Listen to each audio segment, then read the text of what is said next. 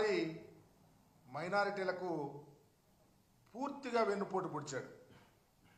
ఎన్నికల్లో వాడుకున్నాడు, ఇప్పుడు మళ్ళీ వదిలేశాడు. చంద్రబాబు నాయుడు మైనారిటీలకు నష్టం జరిగితే ఎట్టి పరిస్థితుల్లోనూ అంగీకరించాలని ఆ రోజు ఎన్నికలప్పుడు చెప్పాడు. ఒక అడుగు ముందుకేసి మా గుంటూరు జిల్లా ఎంపీ అయితే మైనారిటీలకు అన్యాయం జరిగితే నేను రాజీనామా చేస్తానని చెప్పాడు. ఇప్పుడు మొత్తం వారందరినీ ద్రోహం చేసేసారు మైనారిటీలను. వర్షపోటు విషయంలో, బిల్లు విషయంలో మేము మొదటి నుంచి చాలా స్పష్టంగా మా విధానం చెప్పాం. రాజ్యాంగ వ్యతిరేకంగా ఉండే ఈ బిల్లును పూర్తిగా వ్యతిరేకిస్తున్నామని చెప్పి మా అధ్యక్షుడు పలుమార్లు చెప్పారు. ఆ మేరకు లోక్సభలో వ్యతిరేకంగా ఓటేశాం, నిన్న రాజ్యసభలో ఓటేశాం. దీంతో రాష్ట్రంలో ఉన్న మైనారిటీలంతా టీడీపీ చేసిన ద్రోహాన్ని చర్చించుకుంటున్నారు. ఇంత అన్యాయం చేశారు, చంద్రబాబు నాయుడు ఇంత మోసం చేశాడు, ఓడదాటిన దాకా ఓడమల్లన్న, ఓడదాటిన తర్వాత బోడిమల్లన్న అనే విధంగా మమ్మల్ని మోసం చేశారని నిలదీస్తుంటే దీన్ని తప్పించుకోవటానికి చంద్రబాబు ఏం చేశాడు? యథావిధి యథారాజా తథా ప్రజ అనే విధంగా డైవర్షన్ పాలిటిక్స్ మొదలైశాడు. దాంతో వైఎస్ఆర్ కాంగ్రెస్ పార్టీ రాజ్యసభలో విప్పు జారీ చేయలేదని, బిల్లు అనుకూలంగా ఓటు వేసిందని నకిలీ వార్తలు సోషల్ మీడియాలో తిప్పుతా ఉన్నాడు. టీడీపీ అనుకూల జర్నలిస్టులు, అనుకూల మీడియా తమ తమ సంస్థల్లో, సోషల్ మీడియాలో అకౌంట్లలో, తమ తమ మీడియా సంస్థల్లో ఈ ఫేక్ న్యూస్ నడుపుతూ ఉన్నారు. ఒకసారి వైఎస్ఆర్ కాంగ్రెస్ పార్టీ విప్పు జారీ ఎలా చేసిందో మీకు చూపిస్తాం.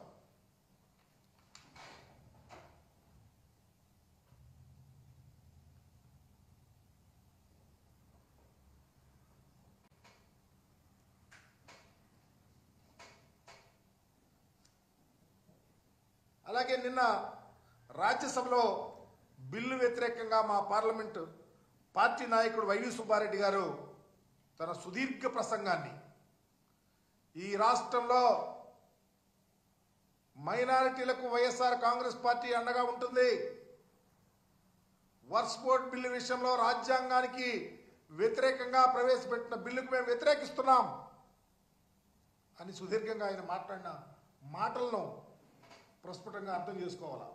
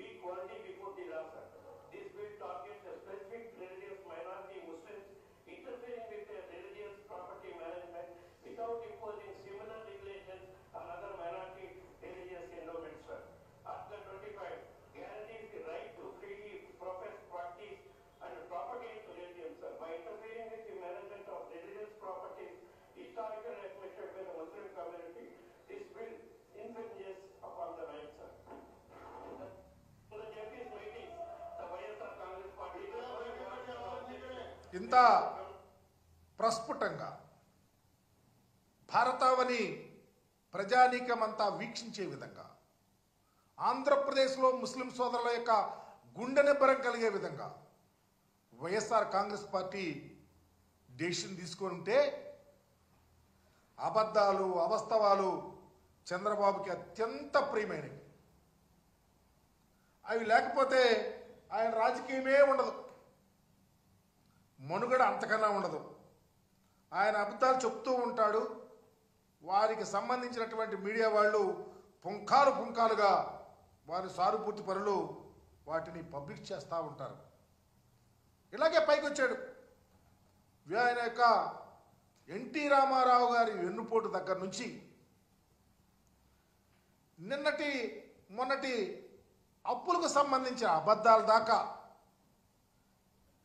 ఈరోజు ప్రజలను మోసం చేస్తున్న P4 కార్యక్రమం వరకు అన్ని అబద్ధాలే.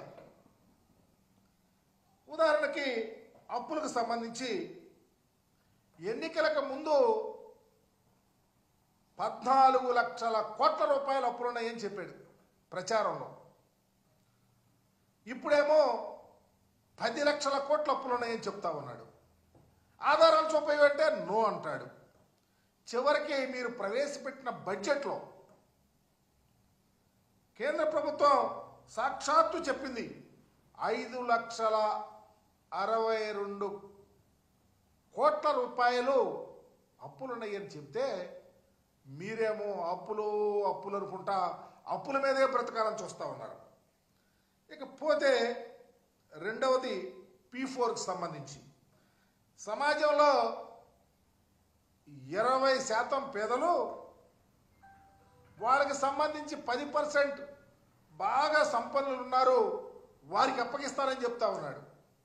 ఈ P4 ఏంటో, ఈ పేదరికం ఏంటో, ఈ సంపన్నులేంటో, అసలు ఎంతమంది ప్రజానీకం ఉన్నారో, ఎంత పేదవారు ఉన్నారో, ఎంతమంది ఇన్కమ్ ట్యాక్స్ కడతా ఉన్నారో ఇప్పటికైనా ప్రజలకు అర్థమయ్యేటట్టు చెప్పండి చంద్రబాబు నాయుడు గారు. ఎందుకు ఈ రాష్ట్రంలో 1,61,00,000 కుటుంబాలు ఉంటే దాంట్లో తెల్ల రేషన్ కార్డులు ఉన్నవాళ్ళు 1,41,00,000 కుటుంబాలు.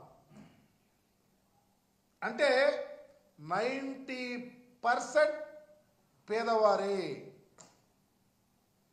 ఇన్కమ్ ట్యాక్స్ కడుతుంది ఎంతమందో తెలుసా? 8,60,000 మంది కుటుంబాలు మాత్రమే ఇన్కమ్ ట్యాక్స్ కడతా ఉన్నారు. ఇంత దారుణమైన అబద్ధాలు ప్రజల్లోకి తీసుకెళ్లాలని ఎన్నికల్లో చెప్పారు. అబద్ధాలు పుంకాలుగా రాయించారు. మరలా అబద్ధాలు చెప్తా ఉన్నారు.